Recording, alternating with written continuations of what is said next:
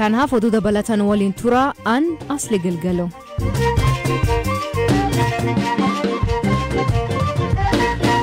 Dhaggeeffattoonni oduutiin jalqabanii waggaa 20 ergaan gorra kaafamaniin booda hidhattoonni Taliban Afgaanistaan guutummaa to'attee jireenya uummataa wayyeessuuf akka hojjetan waadda galan. Haa ta'u malee lammiileen biyyattii garam kana eegalee biyya baqachuu fi buufata xiyyaaraa walitti qabamanii kadu'an jiru jedhan.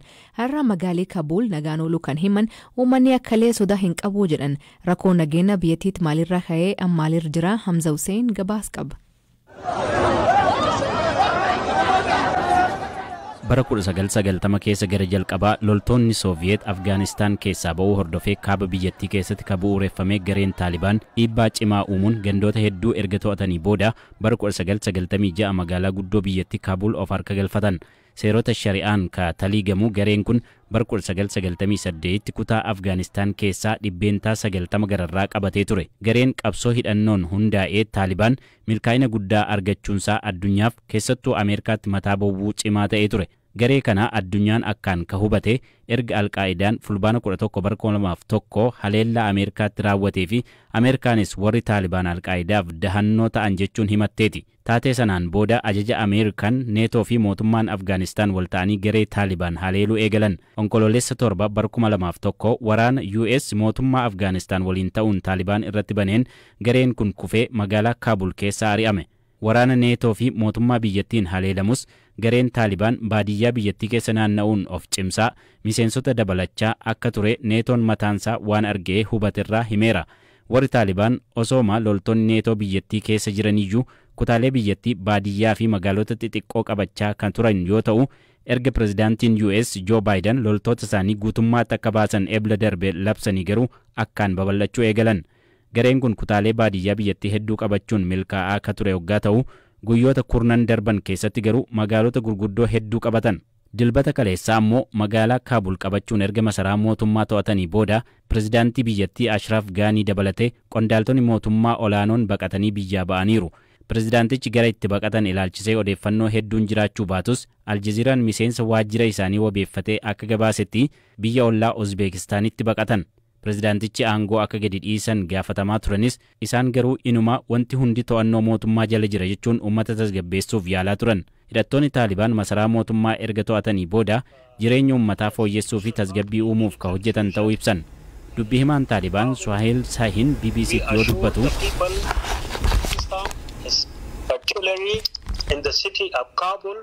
Uummanni Kaabul keessa jiraatu sababa yaadda'uuf hin qabu jechuun nageenyi fi qabeenyi isaanii akka eegamu hime. Nuti tajaajiltoota uummataa fi biyya kanaati jechuunis dubbate.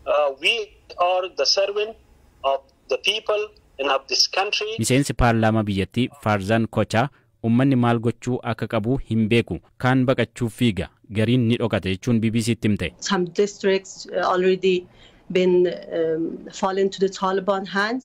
Living here in scary and so Miseensi paarlaamaa kun akkas jette as jiraachuun baay'ee nama sodaachisa maal akka goonu hin beeknu waan hunda saffisaan raawwachaa jirra namoonni hedduun fiigichaan biyyaa ba'uuf yaalaa jiru kaan isaanii ammoo mana isaanii yookiin bakkuma argatanitti dhokatanii riphanii jiru jechuun yaaddoo hamaa keessa jiraachuu dubbatti. Saffisa guddaan akka hin eegamnetti Kaabul galuu Taalibaan hordofee magaalattii keessa muddama jabaatu jira. Jiraattonniif lammiileen alaa magaalattii keessaa baqachuuf muddamaa jiru. Buufati xiyyaaraa idil addunyaa Kaabul tasgabbii dhabeera. Hojjettoonni buufata xiyyaaraallee hojii isaanii dhaabaniiru. Namoonni heddumminaan gara xiyyaaraatti fiigu. Ministeerri Haajaa alaa US hojjettoota isaa Embassy Kaabul jiran hunda gara buufata xiyyaaraa Hamid Karzaayitti baqachiisuu ibseera. Ameerikaan lammiilee ishee kana dabareen Afgaanistaan keessaa baasaa ka jirtu waggaa ta'u kana karaa nageenyi isaanii mirkanaa'een gochuuf loltoota ishee 6,000 bobbaaftee jirti.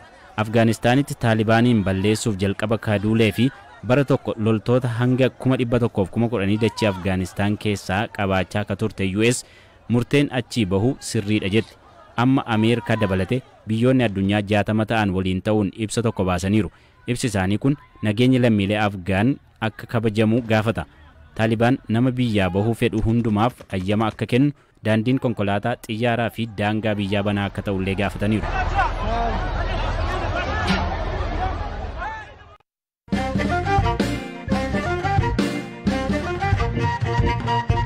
Barattoonni fi hojjettoonni Yuunivarsiitii Dabra Marqos istaadiyoomii magaalattiitti leenjii loltummaa fudhachaa jiraachuu Yuunivarsiitiin BBC'tti dubbi himaa Yuunivarsiitichaa Girmaa Washabbir leenjii loltummaa kennamaa jiraachuu himanii dhaabbilee barnoota olaanoo fi leenjii loltummaa kennuun maaliif barbaachisee ka jedhu deebii kan kenna.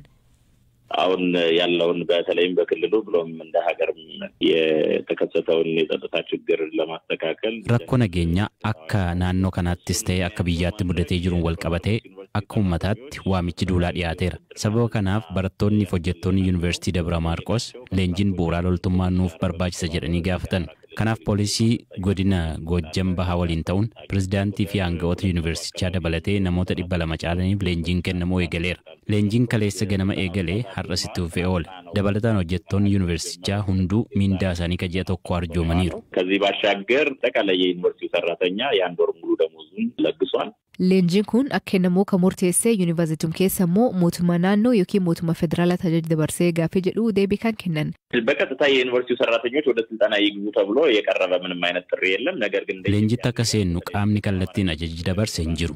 Garuu immoo akka lammii Itoophiyaa tokkotti keessattuu akka qaama hawaasa naannoo Amaaraatti gaaffii dirqama lammummaa dhiyaate fudhachuun hanga adda waraanaatti deemnee waraanuuf dirqama qabnu akka namoota barataniitti ammoo tooftaa fi tarsimoo baasuun kallattii qajeelchuun waan nurraa eegamuuf kana goone. Hawaasni yuunivarsiitichaa waamicha dhiyaateef deebii kennuu waan barbaadaniif fedhii isaaniitiin murteessan. የዩኒቨርሲቲው ሰራተኞች ይህንን ስልጠና መውሰድ አለብን የቀረበውን ጥሪ እንደማንኛውም ዜጋ የቀረበልን ጥሪ ተቀብለናል በሚል ነው። Dhaabbileen barnoota olaanoo wayita hundeeffaman gochawwan akka karaa jeequmsa darbees immoo dhimmoota waraanaan wal qabatanirra bilisa ta'uu qaban seeraan kaa'ame.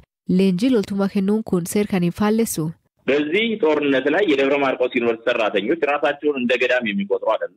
Waraana kana keessatti hawaasni yuunivarsiitii Dabra Marqos ofiisaa akka gadaamiitti of lakkaa'ee wannataa of hin qabu. Akka lammii biraatti of ilaaluun qaban. Rakkoo kana keessatti isaanis miidhamtoota waan ta'aniif keessattuu immoo akka nama barateetti haala yeroo ammaa biyyattii keessatti qooda fudhachuun waan irraa eegamuuf adda durummaan waan furmaata ta'a jedhan hunda qabatanii dhiyaachuu qabu. Hojjetaan yuunivarsiitii kamuu adda waraanaa deemuu yoo barbaade miindaan isaa kaffalamaa fi akkaataan nagaan dhaqee deebi'u mijatee jira. Anis har'a adda waraanaattiin duula yookiin ammoo waan an danda'uun barsiisuun qaba jedheen amana. Har'a waan yuunivarsiitii Waldiyaa fi yuunivarsiitii Dabra Taabor keessatti ta'e argaa jirra. Dhaabbilee barnootaa olaanoo naannoo Tigraay keessatti argaman dabalatee cufamanii jiru. Barattoonni karaa ba'an dhabanii karaa Affaariin baqataa jiru. Dhiibbaan kun haga inni yuunivarsiitii Dabra Marqos ga'utti teenyee hin eegnu. Hojii baruuf barsiisuu keenya hojjechaa diina qolachuufis ni qophoofna.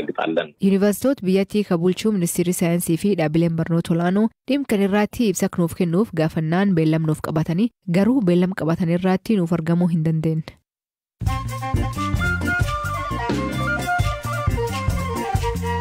Dhaggeeffattoota naannoo gabaabaa addunyaa isanii dhiyeessaa jalqabaanii pireezidantii naannoo Amaaraa Hagayya Utashaggar lammiileen biyyattii hundi waan danda'aniin TPLF ofirra ittisan gaafate. Itoophiyaa keessaa naannoleen Afaarii fi Amaaraa humna kanaan miidhamaa jiraachuu ibsa. Waraana kan keessatti namoonni humna TPLF meeshaa harka booji'an akka dhuunfaatti fudhachuu eeyyamuu hima.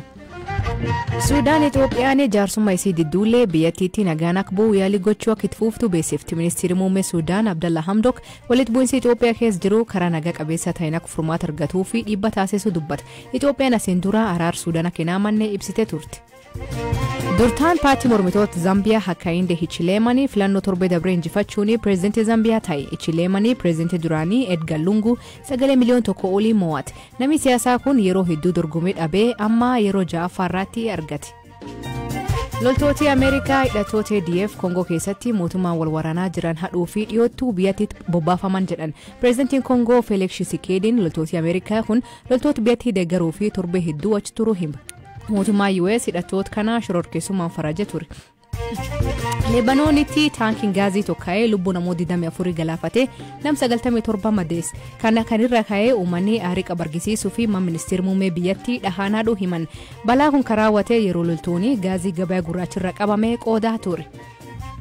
Keenyatti sababa obbolaan lama ajjeefamanii fi poolisiin hojiirra aariyama. Jalqabjii kana obbolaan lama toonoo poolisii jala jiranii du'uun isaanii mormii guddaa kaasa. Murtee kun kan fudhatame erga lammiileen Keenyaa miidiyaa hawaasarraatti duul mormii dhageessisan. Heetiitti sochiin lafaa lubbuu namoota 1,200 olii galaafatti. Namoonni biyya garagararra dhufan namoota balaa kanirra hafan barbaadaa jiran. Dhaabbileen gargaarsaa maatiin 30,000 olii man malee hafuu ibsan.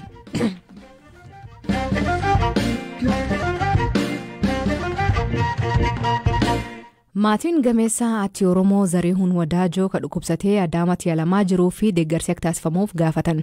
Zarihuun yeroo ammaa magaalaa Adaamaa Hospitaal Rift Valleytti yaalamaa jiraachuu haati warri isaanii Aadde Olaantuu Gammachuu BBC'tti himte. Weellisaan albaamoo torbojat kuniin reebichaa yeroo garagaraatti manneen hidhaa keessatti irraan raawwatameenii dhibee naavii fi saaxilamuu isaa bardabree BBC'tti hime ture. Haalli inni amma keessa jiruu fi waa'ilii keen Habtaamuu Xibaabuu Aadde Olaantuu gaafate. Isa dhumaa jira oksijiina irra jira rukuttuma duraan irra ture sana irraa deemee dhufee amma laaffisee kaleen isaatis xiqqoo tuqamee janii onneenis sombi isaatis qorrarraa kan ka'e sombi isaatis tuqamee nu jaanii amma kutaa olaanaa keessa jira. Bara deengaddaa immoo akkuma beektu operaasyoon illee godhanii turanii achumarraan deemee tuma dhufee keessaan ba'anii ammas immoo baay'ee dhukkubee egaa immoo Hacaaluun deebooda immoo achumaanuu lafa qabatee lafarraa hunkaane amma immoo baay'ee dhukkubee bakka baay'ee dhukkubee baay'ee kutaa dhumaarra keessa ciisu jira. Deengadda immoo du'ee ooleeyyuu amma rabbiin haa galatu amma xiqqoo wayyaadha amma. Haalli fayyaa isaanii akkamii yeroo ammaa kanatti ni dubbatu? Fayyaan isaa gaati wayyuma oksijiina irra jira nutti hin dubbatu garuu fuula isaa gaafa laallu immoo bareedumaa nutti hin dubbatu oksijiina irra jira amma. Bara darbee yeroo kana erga isaan dhukkubuma santu itti cimee hanga ammaa ture immoo yookaan itti furee ture? Xiqqootti wayyaa'eetumaati xiqqoo manjuu xiqqoo fayyeetuma xiqqoolee deddeemuu jalqabee qorra dadhabaa gara Adaamaa kana faana geessaa jaa gara Owwaa nageessaa jaa osuma deddeemnu amma deengaddallee qorritti hammaatee innaan gara Adaamaa nageessaa jee dhufne gaafa dhufnu immoo xiqqoo asitti namni wayii boqotee turraan achumaan ammas rifatee immoo ukkaamame beektaa ukkaamtee ittiin sadarkaa kanarra ga'ee jechuudha ammas deebi'e. Artiist Zarihuun yaalumsaaf illee deeggarsa uummataa gaafatanii turan barreen gaddaa deebiin uummataa maal fakkaata ture amma hoo haala kamiin yaalamaa jiru?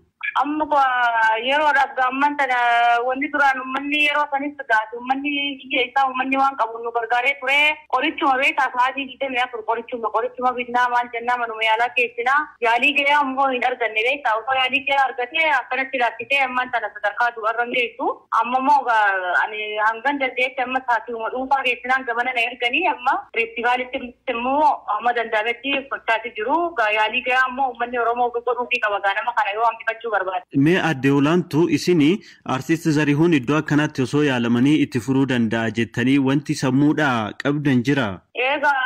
Ana dhiitii jedhuti ani maatiidha akka Oromootti too ta'e immoo namni kun nama bu'aa buuseedha immoo osoo uummanni itti cimeetuma bakkuma fedhellee geessee wallaannatee waaqa isaallee kadhatee irraa hambifatee namni kun waan ittiin laffa'e kana waan ittiin dadhabe kana osoo argatee gaariidha uummataafis immoo osoo eebba kaa'ee fi uummata isarraa gammadee gaariidha jeetii yaada akka kanatti akka inni gartee laffa'e kanatti inni amma hin himatu bakka kanaan na dhukkubee bakka sanni na dhukkubee jee hin himatu maaliif hin himatu uummatatti yoo himatte wayyuu uummanni si wallaanaa gaafa jennuun ani bara uummata kiyyaatiin rakkadhee uummata kiyyaatiin qabsaa'e malee akkan deebi'ee uummata kiyya rakkisuu hin barbaadu wayyoon biyyattiin malee maqaa kiyya qabattee rakkisuu yaada jirutti dhibeen ammana deemee wannaa ta'ee amma immoo humna keenya ol waan ta'eef uummanni Oromoo mataa isaa dhaloonni dhufulleen eebbarraa fudhachuu qaba nama kana wallaannatee illee namni amma tokko deemee yoo wallaanee tarabbii dhufte immoo eebbarraa fudhataa jechuudha manni kana.